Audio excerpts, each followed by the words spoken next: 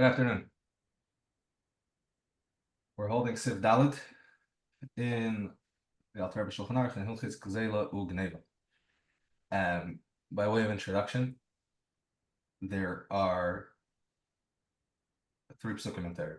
There are more than three psukim in Torah. Three psukim that are relevant: Le'signev, Le'sigzel, or Le'tignoivu, which we already discussed in Sif Aleph through Gimel, the prohibitions against Gezeilah uGeneivah. But there's another pasuk, Le'sashik. Le'sashik asriyach. What does le'sashik mean? Le'sashik literally means do not oppress. So some Chumashim translate it as defraud. What's the halachic definition of le'sashik? That's what we're going to learn now in Sif Dalet. It says the Alter Rebbe, Osir lashik es chaveri afilu kol shehu. It's forbidden to commit oishek against another person, afilu kol shehu, even the tiniest amount. Shenamar le'sashik asriyacha. Ve'izehu oishek. What is oishek? This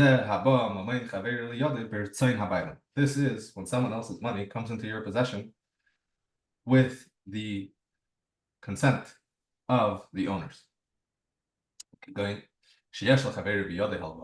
example, if one person owes another person money, one person borrowed money from another person, so they receive, Reuven borrows money from Shimon. So Shimon's money came into Reuven's possession, but Shimon gave it to him willingly and knowingly. A schirus, or a rental. Reuven rents a house from Shimon, or a car, or he even hires Shimon to do work for him. So now Reuven owes Shimon some money. He owes the money not because he stole it from him. He owes it to him because Shimon gave it to him willingly. Where's the Oishek? The Oishek is and he refuses to pay. Refusing to pay, withholding payment from someone else, money that you owe them because of a normal legal transaction, that is a violation of an issur d'oraisa of loy sashik. What's another tzir, another possibility of loy sashik?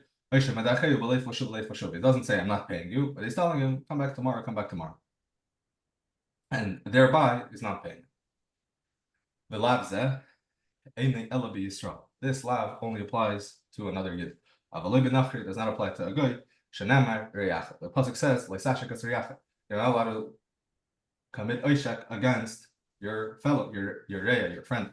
A goy is not included in that categorization. So there are.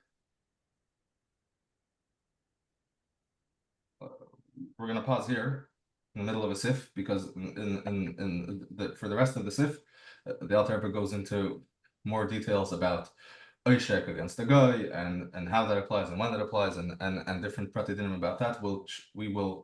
It's a sugya for itself, and we'll get into it Be'ezus Hashem in the next year. For now, let's focus on a few things that we mentioned already. First of all, just to sharpen the distinction between oishek and gzeilah. Again, it's pretty much self-explanatory, but it doesn't hurt to just go over it. Gzeilah means that one person took something from another person forcibly against their will, like it says in Shulchan Aruch in Siman Shin Nun Tes Zayin, Halekeach Mamein Ha'adam B'chazka, somebody who takes someone else's money by force, like they grabbed something away from them, or they entered another person's property and they took something from there,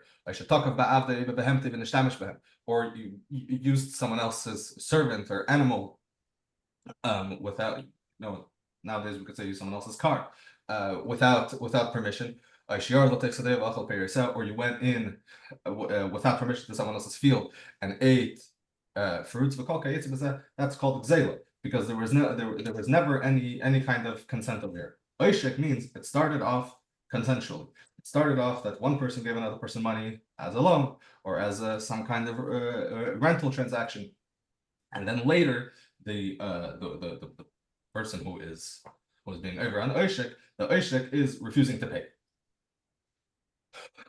So that's the difference between gzeilah and oishek. Now, over here in the parentheses, the Alter Rebbe adds a couple words.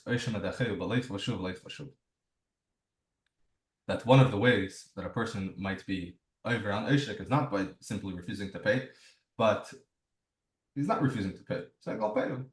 Come back tomorrow. And then he comes back tomorrow, tells him again, come back tomorrow.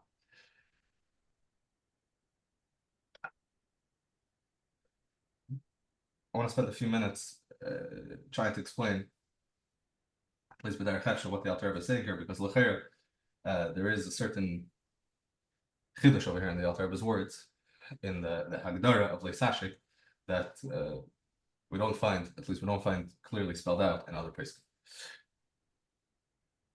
So in order to understand, we have to give a little bit of background. This lashon leich vashuv is a pasuk. It's a lashon of a pasuk in Mishlei. The pasuk says, "Al teimer l'reyacha leich vashuv u'macher etin v'yeshitach." Don't tell your friend who you owe money to, leich vashuv, go away and come back. U'macher etin, and tomorrow I'll give you what I owe you. V'yeshitach, but really, you have it now. You're just pushing them up. That's a Beferish Gemara in Bab Metzia Daf Kufid Aleph. Amar Rav Chisda, leich vashuv, zehu oishek. To tell somebody leich vashuv is oishek. Now, it's important to give some context. The Gemara over there is talking about withholding payment from a worker.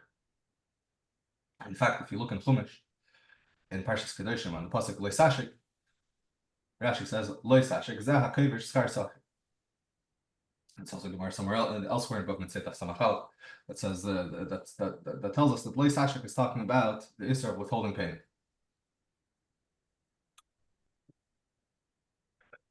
So over there, in the Gemara, in Bab Metzia Daf Kufid Aleph, Rav Chisda is not the only, doesn't have the last word over there. There are other Amirayim, Sheshes and Abayi and Rava who argue with him.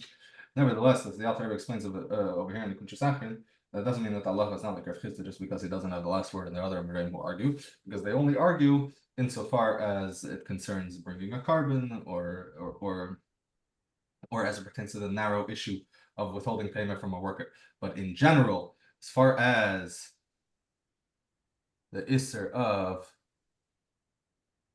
Lo Yisashek, there is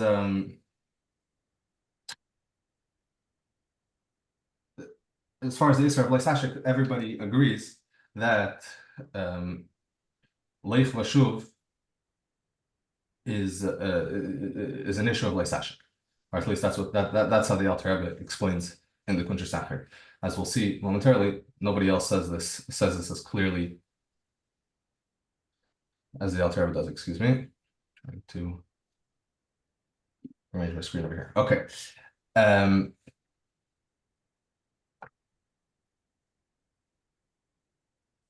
Now, in Shulchan Aruch, in Hilchos Gezeilah, and in the Rambam, also in Hilchos Gezeilah, they don't mention this idea of leich vashuv. However, it is mentioned elsewhere in Shulchan Aruch, in two other places. One is in Hilchos Halva, where it says that if you owe somebody money, you shouldn't tell them leich vashuv. Sorry.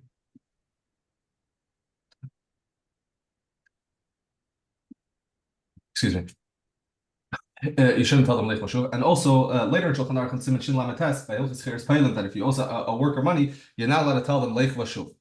Similarly, the Alter Rebbe in both of these places, in Hilchos Halva and in Hilchos She'ela and Hilchos Chiris, says the same thing, that if you owe somebody money and they come to collect money, you're not allowed to tell them leich vashuv. You're not allowed to tell them come back tomorrow.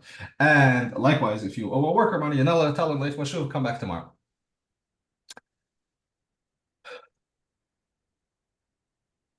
Now, I want to read inside the Alter Rebbe in Hilchos She'ela, because it's going to help us understand a couple of things. This is the Alter Rebbe's lashon in Hilchos She'ela Sif Yudalad. Ein balabayis ever mishum bal tolan ela b'beikerishin. We know that besides for the issur of leich vashuv, which is an issur medibur Kabbalah, it's a pasuk in Mishlei, there's an issur deraisa of leisolin pula sacher, that you have to pay your workers on time, which means the same day. Somebody who works by day, they have to be paid by the end of the day. Somebody who works only at night, somebody who works at night has to be paid by the morning. Says the Alter Rebbe in Hilchos Gezeilah that a person is only over the Isser Baltal in the first morning. And for a night worker, or sorry, for a day worker, they're only over in the Isser the first evening. From the fact that the pasuk says that you're not allowed to leave a worker's wages with you overnight. And I already know that that it means ad baker until the morning, that the morning is a deadline. So why does the pasuk have to add ad baker? To tell you that you're only over on the Isser Deraisa of Leisol in the first morning. After that, there's still for an obligation to pay, and there's still an Isser Medivri Kabbalah to push them off by saying Leich Vashuv, but the Isser Deraisa of Leisol is only the first morning or the first evening. One other nafkamina is if a worker, if you melechatchila made up with the worker that you're only going to pay them in a week. So if you the deadline comes when you arrange to pay and you don't pay, so there's no more Issa Deraisa of Leisalim. There are other issues, but there's no Issa Deraisa of Leisalim. Leisalim is only the first morning and the first evening. When we call Makin, continues Alter Rebbe, Medivri Kabbalah chayav litin miyad shatay v'loyelo. Medivri Kabbalah, you're obligated to give the moment that the worker comes to demand payment. But kol eis sheyasha over belav shel Kabbalah al temer l'reach alif vashuv v'macher etin v'yashitach. And anytime you push them off and you say, come back tomorrow, one is over on an Isser Medivri Kabbalah. That's if your intention is to push them off. But if you're busy, don't have time, you're allowed to tell them, please make an appointment and let's speak tomorrow whenever I have time. Now, all of this is regarding schiros and is regarding when are you obligated to pay. When the worker comes and demands money, person is obligated to pay. So too, when if by a loan, if the creditor comes and demands payment and you have the money, you're obligated to pay. You're not allowed to say leich l'shuv. Leich l'shuv, you tell them come back tomorrow. There's an isser medivri kabbalah of pushing them up. This has nothing to do. Sorry. Is it totally on if you have it or not, or yes, if you have it or not. If you don't have the money, the pasuk says, we'll get to that in a second. The pasuk says, if you have money, you're not allowed to tell them leif vashuv. If you don't have money, you don't have money.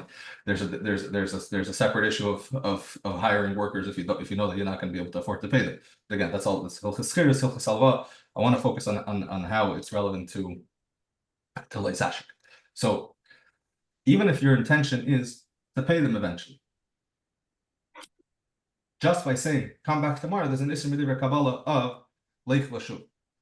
But over here, we're talking about Lois Ashik. Lois Ashik doesn't mean I want to pay them later. Lois Ashik means I'm never planning on paying. Lois Ashik means it's a form of stealing. I came up with a plan instead of being confrontational or aggressive or hostile and saying, I'm not paying you. You keep pushing them off. Come back tomorrow, and eventually you're hoping that they'll forget about it or give up, or something else will happen. Over there, you tell them leif vashuv, and the one who is saying leif vashuv is successful in this plan. They're over not an isser medivri kabbalah of al temer l'reach leif vashuv, but an isser deraisa of leisashik. So if you got lost, I want to organize everything that we said just now. It seems to me that there are four general categorizations that come out from this sif in the Alter Rebbe and the sif that we read in Hilchos Gezeilah. Number one, if you owe somebody money or a worker payment and you don't have what to pay, and you tell them come back tomorrow, so you're not over on al temer l'reach leif vashuv. Like the pasuk says, we mentioned earlier, al temer l'reach leif vashuv v'macher etin v'yashitach. It's only if you have. If you don't have, you're not over on al temer l'reach leif vashuv. in certain cases, a worker, you might be over an issue there of Lysolin Kula Sakir and have other issues. But right now we're focusing on the narrower issue of alternative Yachalei Fashul. That's number one. Number two, if you have the money but you're busy, you're allowed to say, Leif Fashul, come back tomorrow when I have time. That's mutter. That's what the Alter Rebbe says in Hilchos Gezeilah that we read. Number three, if you have the money and you're pushing them off, Leif Vashuv, for whatever reason, not because you're busy, but because laziness, or you want to bother them, or make them wait, or make them suffer, for whatever it is, there's an Isser over there, Medivri Kabbalah, of Al-Kemer L'Riyacha Leif Vashuv. Even if you're intending on paying them, but by making them wait, there's an Isser Medivri Kabbalah. Number four is someone who has the money and says, come back tomorrow, not to make them wait, but as part of a plan, as part of a scheme, to never pay them, to keep the money. So there, in addition to the fact that every time we tell them, Leich Vashuv, come back tomorrow, you're over on an Isser Medivri Kabbalah of Al-Temer L'Riyacha Leich Vashuv. If you're eventually successful in this plan and they give up or forget about it, then there's an additional Isser D'Oraisa of Lo Sasha. And again, and all of this is alluded to in the Alter Rebbe's parentheses over here.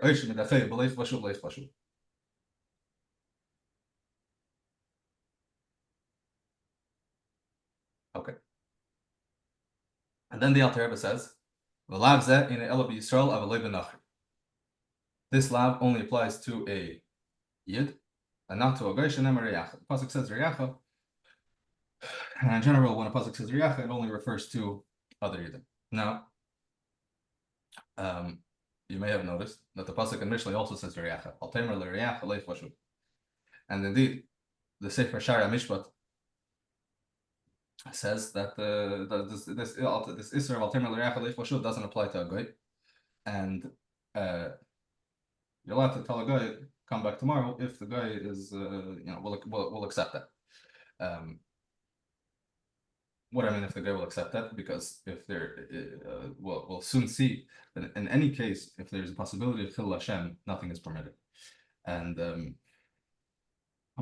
even though this Isser Al-Temer L'Riyacha Leif Vashuv is, so to speak, only an Isser Medivri Kabbalah, not an Isser D'Oraisa of Lo Sashik, seemingly from a practical perspective, telling a guy come back tomorrow was more likely to lead to Chil Hashem than Lo Sashik, which is a one-time thing. So, even though, strictly speaking, both neither of them apply to a guy, nevertheless, from a practical perspective of Chil Hashem, it's actually, there might be a chumrah in the so to speak lower Isser of Al-Temer L'Riyacha Leif Vashuv. Now, even though in any case we said Lo Sashik is mutter by a guy, so l'may nafkamina that Al-Temer L'Riyacha Leif Vashuv is also mutter by a guy.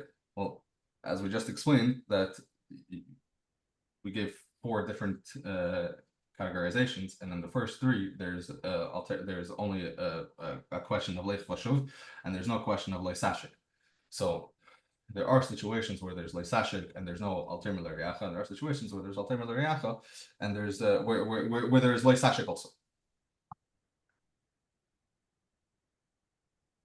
And the last point here that the Alter Rebbe says, "V'hu she'ein chilul Hashem b'davar." In any situation where there's a case where there's a possibility of chilul Hashem, it's not permitted even for a guy, even by a guy.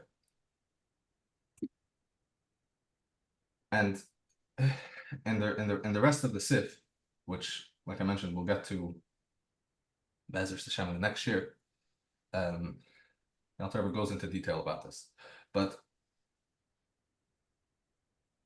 I want to just briefly discuss it now. We're going to learn. We learned that Lo Sashik, we learned in Sif Aleph that Lo Gezeilah applies equally to Yid and to a Goy. We learned over here in Sif Dalet that Lo Sashik only applies to Yid and not to Goy. We're going to learn in the rest of the Sif that that there is a separate issue of hafkas halva, which is also withholding payment of a loan, which is also mutter ba'agay. All of these only apply where there is no possibility, even the remotest possibility, of chilul Hashem. As we're going to see that the example that the place can give, and it comes from Rashi in Mesechus Bava Kama Gimel, that what's a possibility of withholding payment on a loan from a goy where there's no possibility of chilul Hashem is if the goyish creditor dies and his son comes to collect, and his son doesn't really know if you even borrowed the money or if you borrowed you pay it back. So there you can plausibly get away with saying, I already paid back, or I never borrowed money in the first place. But if the guy himself comes to collect, there's always a possibility of chilul Hashem. You don't know what's going on in the guy's mind. So even if it seems like he's not sure, there is a possibility of chilul Hashem. There's a possibility that even if it seems like he believes you, he's going to go back and check his records and find that you never really paid him back. So there's an isser of chilul Hashem. Now the Gra in the Bir Gra and Siman Shimon Ches writes that when there's a situation of chilul Hashem, there's an isser deiraisa. Also the Chacham Tzvi in the Tshuva Siman Chavav writes that when there's a gzela that comes along with an isser of chilul Hashem, is an isser deiraisa alav v'leischalo Hashem kodshi. However, the Kesef Mishnah in Hilchos Gezeilah in the beginning, halacha beis, writes that it's mashma from the Kesef Mishnah that it's only an isser Rabbonim. In any case, we know that the Rambam in Hilchos Tshuva, and it's a Gemara, early Gemara in Yuma Daf Pevav, writes pretty terrifying things about chilul Hashem, whether it's an isser deiraisa or an isser Rabbonim, or things that aren't really an isser at all, but it touches on an isser on a chilul Hashem. So there's some pretty harsh words about that. So it goes without saying that we want to be very, very careful to avoid even a remote possibility of chilul Hashem.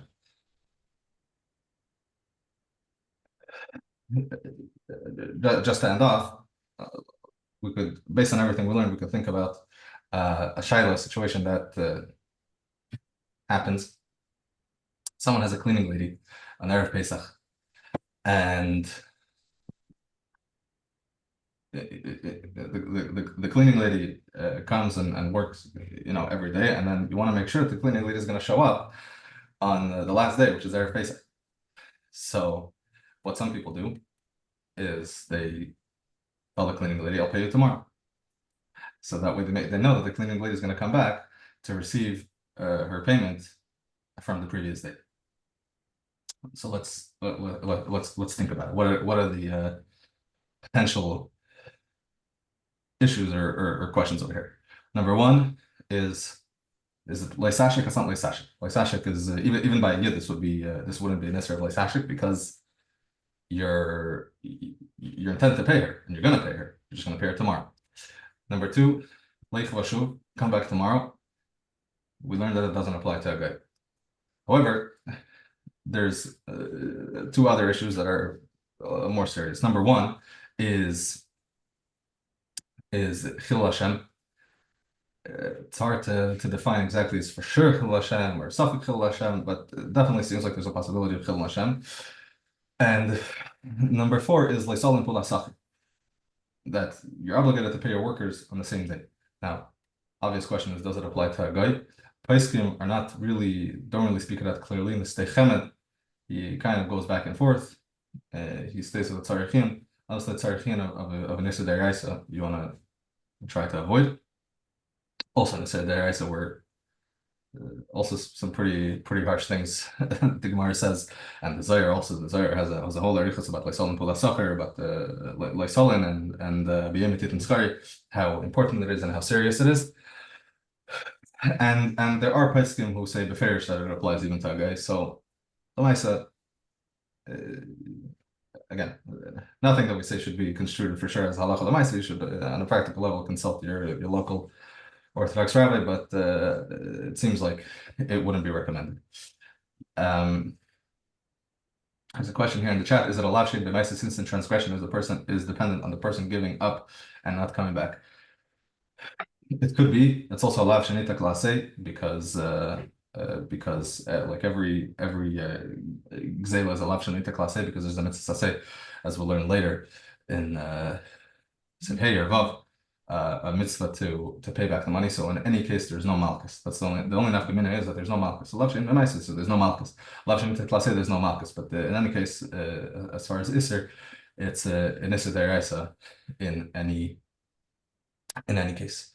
So we'll conclude here for now. As I said, the rest of the sif it goes into a different sugya of not a different sugya, related sugya of hafkas halva for magoy, which there's a lot to talk about over there on a very practical level. And Be'ezer Hashem will continue by the next shir, which is probably going to be next week. Monday is Erev Tisha B'Av, so there probably isn't going to be a shir. So in 2 weeks, Be'ezer Hashem.